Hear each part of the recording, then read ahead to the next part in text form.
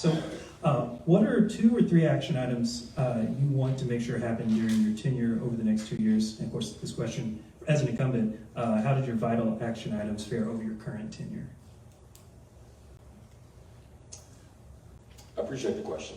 I'll talk about the greatest needs in my opinion, and those will be the things that I'm going to be working to address.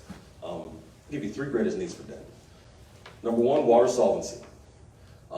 Water is certainly not the sexiest issue that most people are going to bring up, but let me tell you, it's the most important issue.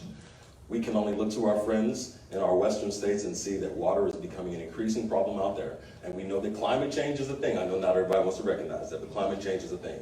And our North Texas climate is changing. Water is drying up. When's the last time everyone drove across Lake Louisville Bridge on 35 and saw where the water levels used to be and where they are now? So we know that the city of Denton is well positioned to win in the future, but we're going to have to make sure we heavily invest in infrastructure. The cost of things today is going to be so much cheaper than it is in 20, 40 years. Affordable housing. I've been a champion of affordable housing. Again, as the only regular working person on city council, I understand what housing costs are doing. I often use this example, live in a 1-bedroom apartment. My apartment didn't get any bigger this year, but the rent sure went up. I don't quite know how that happens.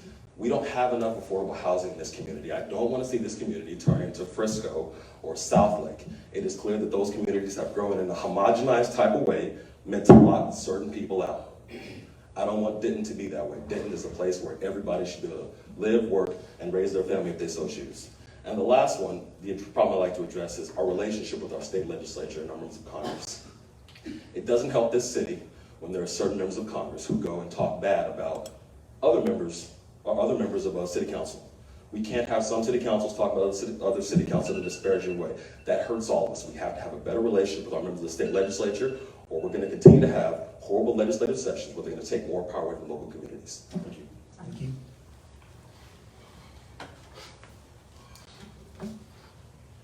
You need the question again? Yes, please. Okay. Okay, it's Lilyan from Carrillo. What are the 2 or 3 action items you want to make sure happen during your tenure over the next 2 years? Okay, thank you. I really think, I'm going to be completely honest, I've been in education 18 years, and so this has been a very steep learning curve, and I'm really excited because I've met a lot of people all throughout the city who are super knowledgeable, and actually my question to them has been like, why don't you work for the city? Because they are so knowledgeable about certain things, and so I've met with people like Christine that have informed me about the lack of transportation here. Affordable housing obviously is one as well. Smart growth, right? We want economic development. Yes, we are pro-business, but we want to make sure that the business that we attract is the business that we want to have here. The business that is going to promote and is going to keep the same values that we as Dentonites have.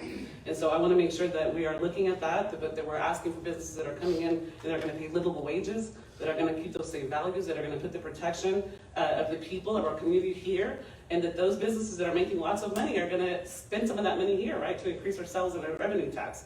The other thing is, I mentioned affordable housing, Brandon already did, so I don't want to spend too much time on that, and transportation. So the other thing would be climate.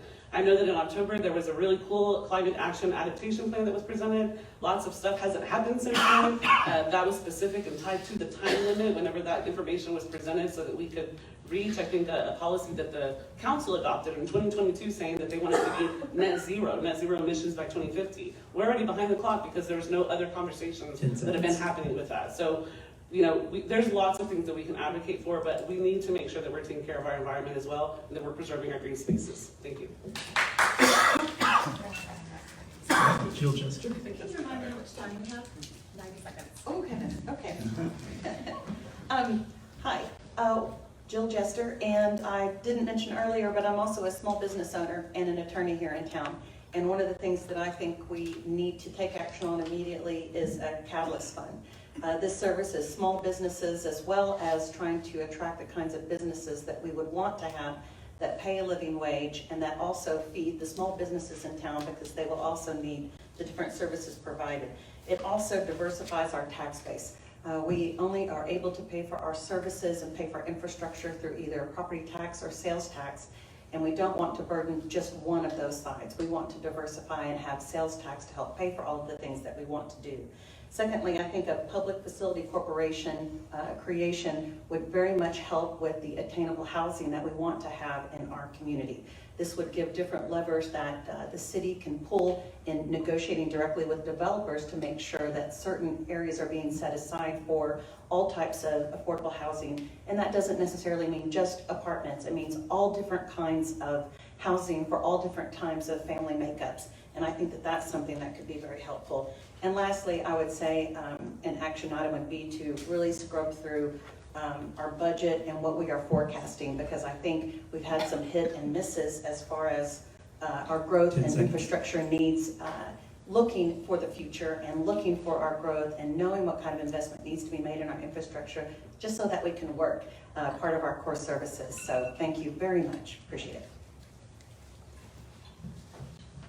All right, Mayor Gerard Hudspeth. Need the question again? No, great. Thank you very much. So I'll touch on all four, then I'll come back to them. So it's taxes, streets, safety, homelessness. Those are the issues that I'll continue to focus on. And it comes from taxes, making sure that you get value for the taxes that you pay, increasing accessibility to different services, programs, etc. And along with that, also upskilling. That's an important component of that taxes, so that you can afford to pay the increasing rates such that they do. United Way, Denton County says there's 102,000 households living check to check. I want to upskill those people, help them to be able to maintain and live here in Denton. Streets, it goes without saying, we are continuing to invest money in them, continuing to make sure those last longer, continuing to build them better, but that is constantly a focus. Locust Street will kick off soon.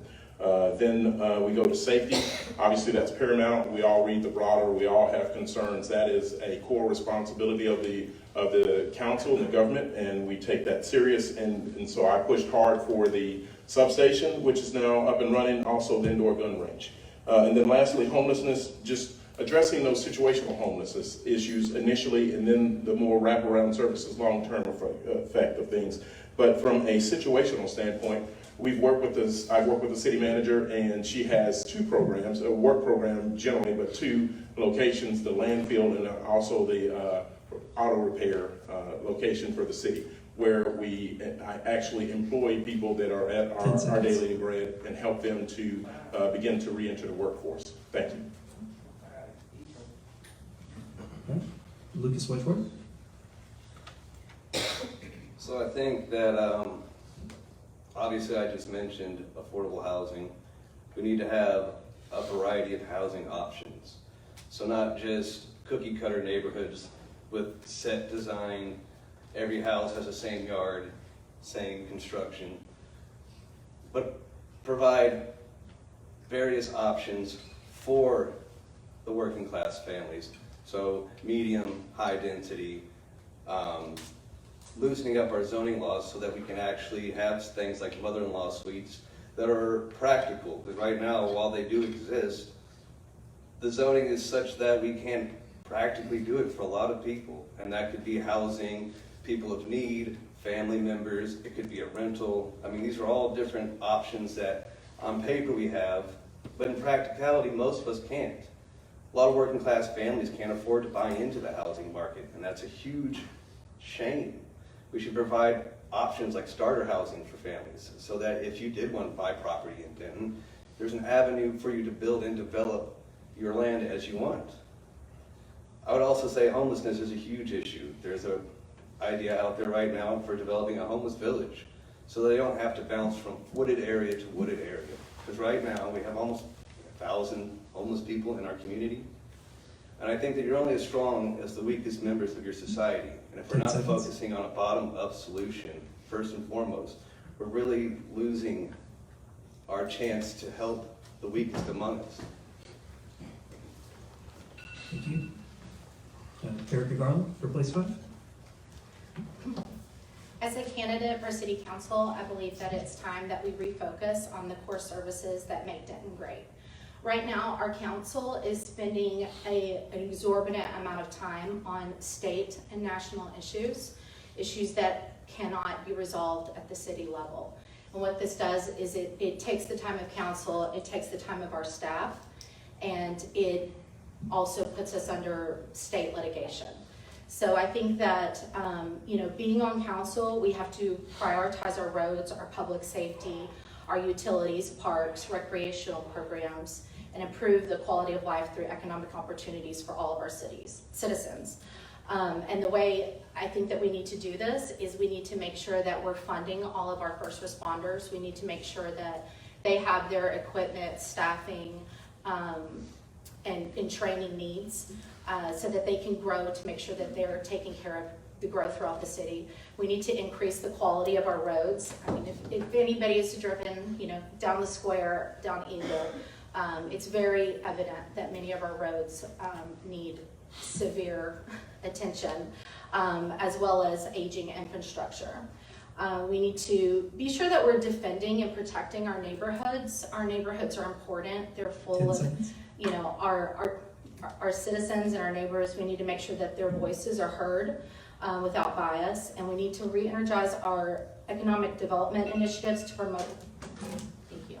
Thank you.